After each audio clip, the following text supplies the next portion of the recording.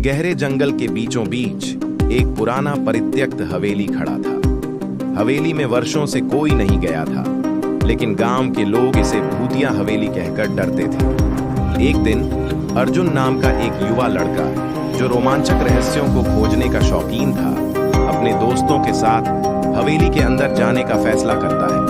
हवेली में घुसते ही चारों तरफ धूल जमी थी, जाले लटके हुए थे और खामोशी अजीब सा डर पैदा कर रही थी। अचानक अर्जुन की नजर एक पुराने लकड़ी के संदूक पर पड़ी, जो कमरे के कोने में पड़ा था।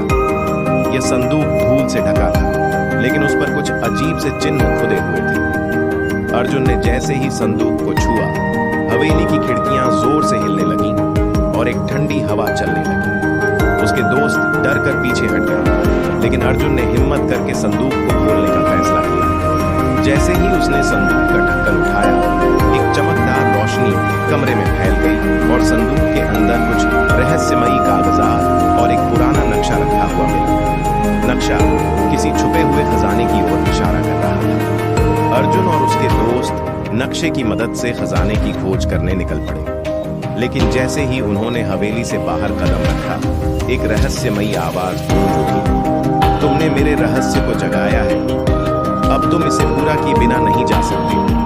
अगर आपको यह कहानी पसंद आई तो वीडियो को लाइक करें